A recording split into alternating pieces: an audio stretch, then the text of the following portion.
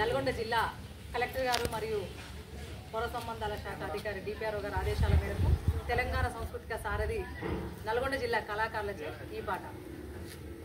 అన్నం పెట్టే అమ్మరా చెట్టు ఆకలి తీర్చే